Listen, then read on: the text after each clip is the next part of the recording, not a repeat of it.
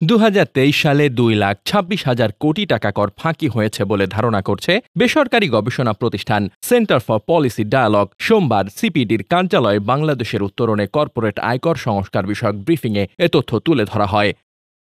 গবেষণা বলছে, কর ফাঁকির কারণে 2023 সালে আনুমানিক 2,26,236 কোটি টাকার রাজস্ব হারিয়েছে সরকার। এর মধ্যে প্রায় 50% হারিয়েছে কর্পোরেট কর ফাঁকির কারণে। 2011 সাল থেকে কর ফাঁকির পরিমাণ বেড়েছে। 2022 সালে তা বেড়ে দাঁড়ায় 96,503 কোটি টাকা এবং 2015 সালে তা 1,33,673 কোটি টাকায় পৌঁছায়।